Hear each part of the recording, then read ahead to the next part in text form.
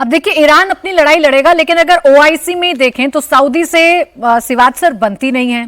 तुर्की है जो सबसे ताकतवर है ओआईसी में, 9वें नंबर का सबसे ताकतवर देश है अगर मिलिट्री इन्फोर्समेंट में देखें। तुर्की कह रहा है कि मध्यस्थता के लिए हम तैयार हैं अगर डायरेक्ट बातचीत होती है तो। सऊदी से आपकी बनती नहीं। एक यमन है, हूती हैं जो साथ आए हैं।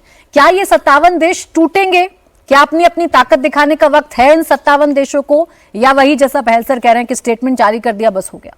देखो, ओआईसी का काम ही है कि स्टेटमेंट करो, उसके बाद कोई भी यूनिटी ओआईसी में आज तक नहीं देखी गई है। और तुर्की की बात करते हो, आपको पता होना चाहिए तुर्की नेटो का हिस्सा भी है। तो तुर्की जो है, जैसे अमेरिका ने कुछ किया है तो उसकी हिम्मत और काबिलियत और क्षमता नहीं है कि वो कुछ ऐसा करे जो कि एटेगनाइज करेगा यूएस को। हाँ, ये सच्चाई है, ओआईसी बहुत ज़्यादा, आप जैसे 3 इशू बताए थे वो उनके ऊपर पॉइंट करेगा, मगर कोई खुल के नहीं आएगा ईरान के साथ। ये प्रॉब्लम है क्योंकि ईरान मिडल ईस्ट के अंदर भी बटा हुआ है मुस्लिम वर्ल्ड, और ज़्यादातर मुस्लिम वर्ल्ड जो हैं वो सऊदी और यूएई हैं, सुन्नी के साथ हैं। कहीं ना कहीं ईरान अकेला वैसे भी पड़ा था मुस्लिम वर्ल्ड में, और इसका फ़ायदा उठाया है इजराइल ने। और ये सच्चाई है कि ईरान जो था वो वाकई काफ़ी नज़दीक था न्यूक्लियर हथियार बनाने के। सभी कह रहे हैं कि क्या भाई ये इजराइल ने अभी हमला कर दिया, अमेरिका भी साथ आ गए, ये तो गलत बात है, एग्रेसर है। अगर ये नहीं होता तो हो भी सकता था ईरान कुछ एक समय में न्यूक्लियर हथियार बना लेता, और एक बार न्यूक्लियर हथियार बन गया तो फिर फेट अकम्पली है।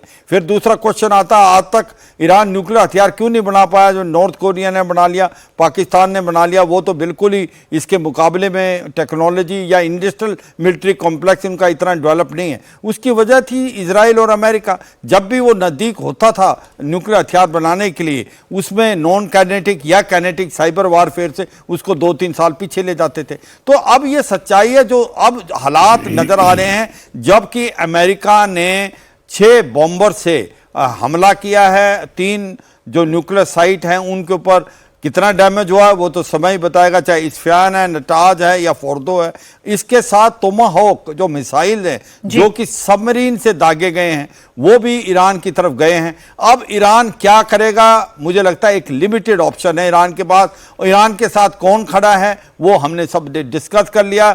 चीन है, रूस है, बातें बड़ी बड़ी करेंगे, कोई लिमिटेड ही इसको सपोर्ट दे सकते हैं। रूस की काबिलियत और क्षमता नहीं, वो इन्वॉल्व है यूक्रेन लड़ाई में। चीन जो है हथियार, वेपन, अम्यूनिशन देगा। नॉर्थ कोरिया भी कुछ हथियार दे सकता है, इसके अलावा नहीं। ईरान को खुद की लड़ाई लड़नी पड़ेगी। क्या ईरान लंबी लड़ाई लड़ सकता है? हाँ। ये तो समय बताएगा। मुझे नहीं लगता इतना। क्यों? क्योंकि उसके पास 2-3 चीजें बड़ी प्लस पॉइंट है। हम ओआईसी की बात करें तो देखिए, एक बड़ी खबर भी आ गई इसी से जुड़ी हुई। सऊदी ने परमाणु ठिकानों पर हमले पर चिंता जताई है। ईरान की संप्रभुता पर हमला ठीक नहीं है। सऊदी अरब दोनों पक्ष तनाव खत्म करें, ये सऊदी अरब की तरफ से कहा गया है। दुनिया भर के देश युद्ध खत्म कराने की कोशिश करें, तो ये सऊदी अरब की तरफ से कहा गया है। वैसे बहुत बनती नहीं है ईरान और सऊदी की, लेकिन जिस तरीके से अमेरिका ने हमला किया है उसके बाद सऊदी अरब की तरफ से करते हैं जो आप बात कर रहे थे। देखो, सऊदी अरेबिया, यूएई, क्योंकि मुस्लिम वर्ल्ड में ओआईसी है, तो वो ये चीज़ नहीं चाहते कि जो हमला ईरान पे हुआ है उसको वो एक प्रकार क्रिटिसाइज तो करेंगे। हाँ। मगर इसके आगे नहीं बढ़ेंगे, ये एक चीज़ है। दूसरा, उनको भी डर है, उनको डर है जहाँ बेसिस हैं मिडिल ईस्ट में, वो भी तो सऊदी, यूएई, ओमान, जॉर्डन और बहरान में। अगर कल को ईरान इन पे हमला करता है तो कहीं ना कहीं नुकसान इनको भी हो सकता है, और इनको भी डर लगता है कि कहीं लड़ाई का दायरा वैसे तो नहीं बढ़ेगा,